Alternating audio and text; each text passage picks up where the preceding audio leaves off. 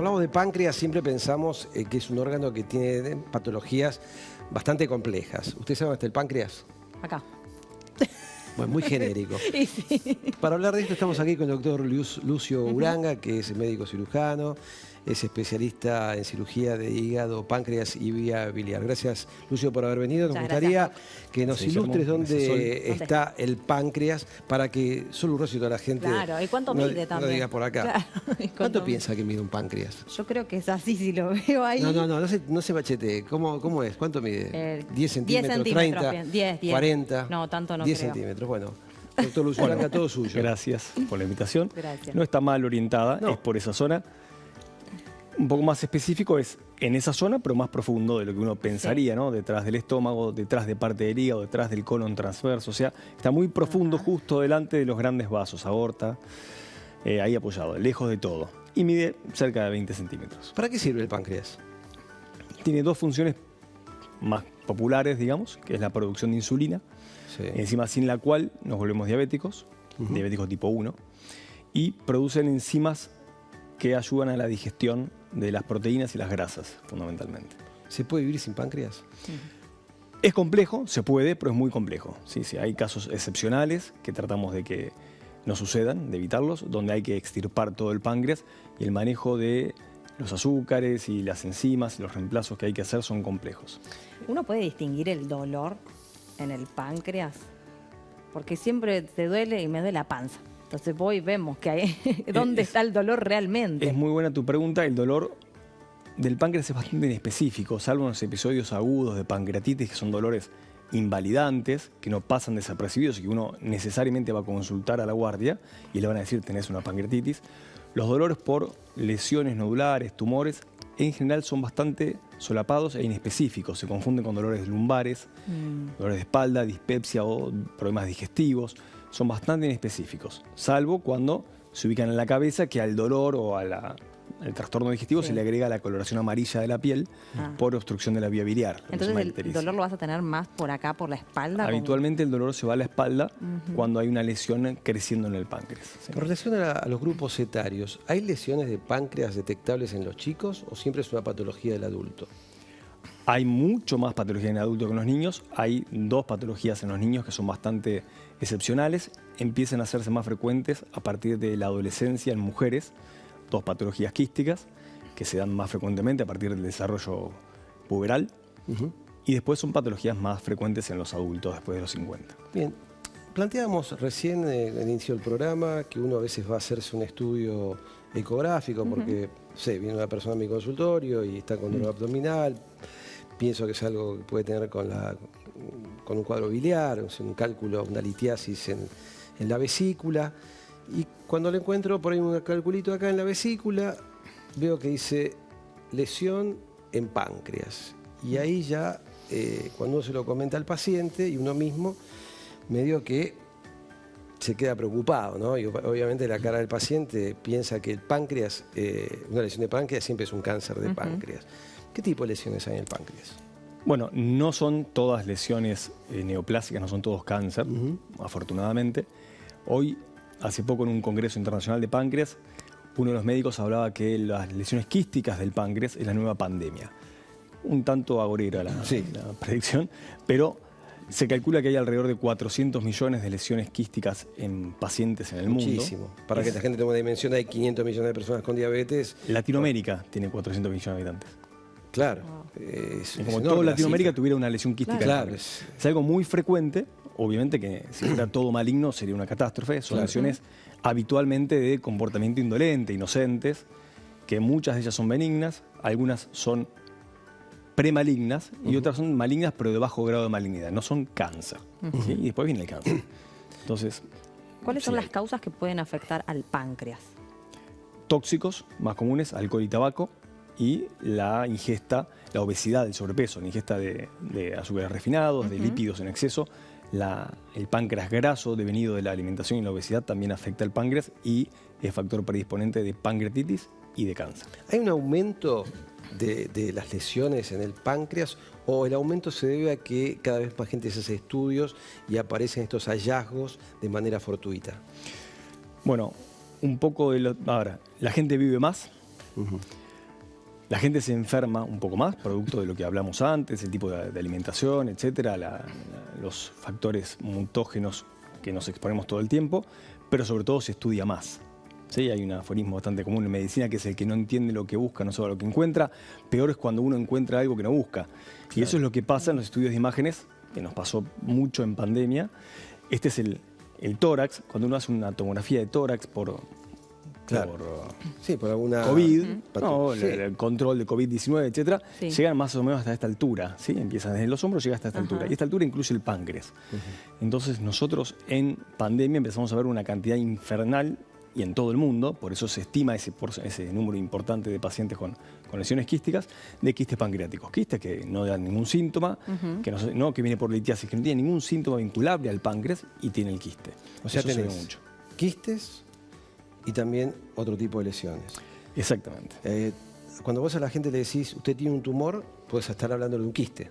Tumor quístico. Un tumor quístico. Cuando decís la palabra tumor, la gente entra en pánico. Sí. Tratamos de no usar la palabra tumor, salvo que estemos muy seguros que es un tumor con potencial maligno, y si no, rápidamente lo aclaramos, ¿no? Claro. ¿Y ahí qué hacen? ¿Una biopsia?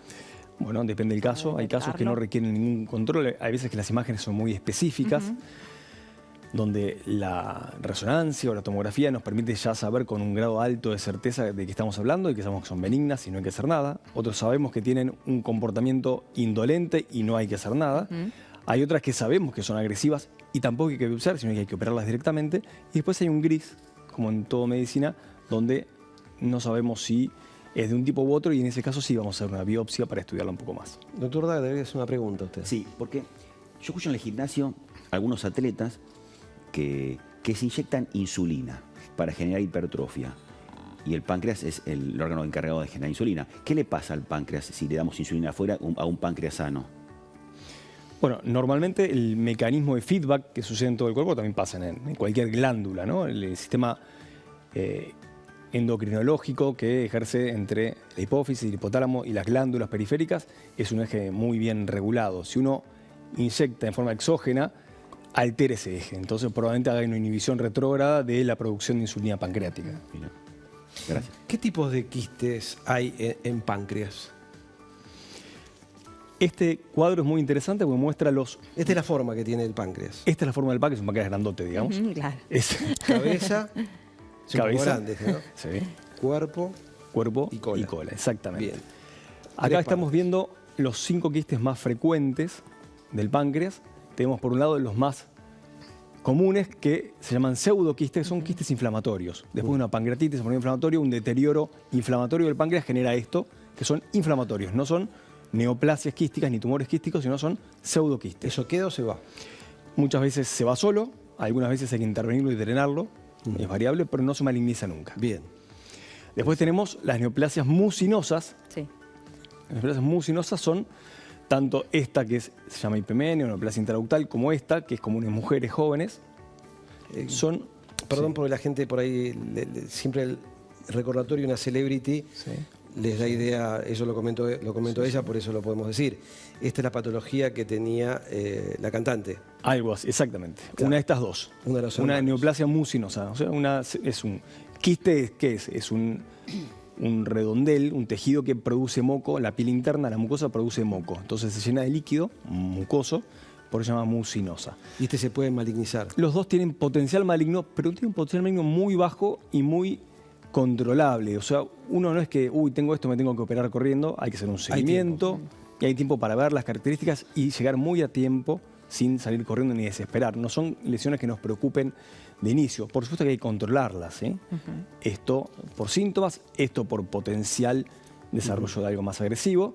Y después tenemos las neoplasias serosas, que son benignas, 100% benignas. Esas, si las vemos y las reconocemos, no hace falta controlar al paciente, salvo que el paciente tenga síntomas. Sí, si mi papá fue obeso, yo no lo soy, pero él tuvo justamente esto que estás mencionando, yo me tendría que hacer estudios también para controlarlo, a ver si me sucede o no me va a suceder. Porque normalmente la asociación de dos familiares de primer orden, o sea, tu padre y tu abuelo, con una neoplasia pancreática, a vos te aumenta el riesgo respecto a la población general. O sea, es prudente hacer estudios, ¿sí? Pero bueno, es diferente en cada uno de estos órganos, ¿no? De cada una de estas lesiones. Claro. Y lo que hemos oído hablar último tiempo tiene que ver con esto, ¿no? Con los tumores neuroendocrinos. ¿Qué son? Los tumores neuroendocrinos son un grupo de neoplasias muy interesante, que pueden ser quísticos también, por eso están en este grupo de lesiones, pero habitualmente no son quistes, son lesiones sólidas, que suelen aparecer asintomáticas como hallazgos muchas veces en otros contextos, porque no obstruyen, crecen muy lentamente y son bastante indolentes, salvo que funcionen. Se llaman neuroendocrinos porque tienen una fase endocrina de glándula que produce hormonas y esas hormonas pueden dar síntomas. ¿Qué hormonas producen? Insulina, por ejemplo, que produzcan más insulina normal. De la persona. Exactamente, los pacientes tienen insulinoma, se llama, les baja mucho el azúcar en sangre. El glucagonoma, que hace exactamente lo contrario. La glucemia. Exactamente, péptido B, péptido pancreático, hay muchas células que producen diferentes tipos de sustancias. ¿Estos son tumores más novedosos, digamos? ¿Cómo funcionan ahora? ¿Se ha descubierto más el tratamiento? Se sabe más. Y dentro de lo maligno, ¿este es menos maligno que el tumor clásico de páncreas? Sí, la gran mayoría sí, los bien diferenciados, que son la gran mayoría por suerte, son mucho más benévolos que los tumores, los adenocarcinomas de páncreas. Pero Steve Jobs falleció de un tumor neuroendocrino, o sea, tampoco es para perderles el cuidado. Creo que él optó por medicina alternativa. Él no se trató. No se trató. Él no se trató. Si se hubiese tratado, a tiempo se cura. Existe una posibilidad de curación. Sí. La doctora quiere preguntar también. Doctora, sí, por favor. Vos decías que sacar todo el páncreas es un problema después de metabólico de acompañamiento. Cuando hay un cáncer de páncreas, ¿sistemáticamente se saca todo o se deja una parte? No, el cáncer de páncreas 2/3 de las veces se aloja en la cabeza y sacamos solo la cabeza, que la cirugía es compleja porque hay que sacar otros órganos vinculados, y en el tercio restante se encuentra del cuello hacia la izquierda. Entonces sacamos siempre o la mitad izquierda o la mitad derecha. No es necesario sacar todo el órgano. Salvo excepciones muy, muy raras, sacamos solamente la mitad. ¿Por dónde ingresan para operar? Bueno, es buena la pregunta. Actualmente en muchos centros se hace por la laparoscopía, así como se saca la vesícula o se hacen cirugías ginecológicas. Se hacen algunos orificios, se mete una camarita y se trabaja desde ahí. Eso hace que la incisión no sea tan grande, porque la incisión original para esta cirugía era realmente, bueno, se sigue haciendo en la mayor parte de los lugares, es una incisión muy, muy grande. Eso hace que la recuperación sea más lenta, etc. Sí, son incisiones muy grandes. Entonces la laparoscopía y la robótica, que se viene cada vez más, nos permite hacer incisiones pequeñas. Perdón la ignorancia, ¿es por adelante o por atrás? Porque, por delante. Porque habíamos mencionado, el dolor es atrás. El dolor es para atrás por la inervación y por donde irradia, pero es por adelante. Por adelante. Por adelante, atrás está la columna, entonces se espera siempre esto por adelante. Ahora, si sacamos la cabeza del páncreas, ¿se saca también parte del duodeno? Todo el duodeno, parte de la vía biliar y la vesícula. Y la gente se pregunta de cómo se juntan los cañitos por donde va la bilis. Tendría que ser un esquema, pero básicamente con lo que sigue después del duodeno, que es el intestino delgado, uno lo lleva y vuelve a reconstruir el pedazo de páncreas que dejamos, la vía biliar y el estómago con el intestino. Bien. ¿Por qué tiene tanta mortalidad el cáncer de páncreas? El 80% de los pacientes consultan ya fuera de chance quirúrgica. O sea, ya no pueden operar, ya llegan tarde. Tarde quiere decir que... ¿Cómo llegas temprano? Pues es difícil. Si dijiste que no da síntomas, que es bastante silente, tienes que estar controlando el abdomen todos los meses. Sí, y tampoco. No hay ningún método de screening costo eficiente. O sea, no se puede estudiar a toda la población todos los meses y tampoco te garantiza que sea efectivo. No hay nada que haya demostrado esto. En realidad, a los pacientes con un riesgo aumentado por herencia familiar o por test genéticos que demuestran que tienen mayor riesgo, que son algo excepcionalmente raro, a esos pacientes uno le hace un seguimiento más cercano. Pero no hay un síntoma muy fácil temprano de encontrar. Lo que sí antecede habitualmente el cáncer de páncreas es la diabetes de reciente comienzo o los diabéticos que empeoran su condición diabética. Eso antecede más o menos 2 años al desarrollo del cáncer. ¿Hay algún estudio bioquímico en sangre que pueda, inferir que uno puede tener un cáncer de páncreas? Sí, no está disponible hoy en Argentina, pero la biopsia líquida está en pleno desarrollo. La idea es tratar de detectar lesiones con estudios genéticos sobre células circulantes con predisposición o presencia de células cancerígenas pancreáticas. ¿Quién tiene más cáncer de páncreas, el hombre o la mujer? El hombre, no mucho más, es un poco más, 1.3 a 1, vinculado a hábitos probablemente. La respuesta a la quimioterapia, si es que la hay, la inmunoterapia, si es que la hay, o los tratamientos, endocrinos para estos tumores neuroendocrinos, existen, dan resultado, ha mejorado la expectativa de vida de una persona con un cáncer de páncreas. Existe, por suerte se desarrollan protocolos de investigación cada vez más efectivos. Actualmente contamos con 2 esquemas de drogas que han mejorado mucho, han duplicado la expectativa de vida en pacientes que se operan, o sea, se operan, hacen quimioterapia y eso les duplicó la expectativa de vida. Eso es muy bueno para adenocarcinoma, o sea, para cáncer de páncreas.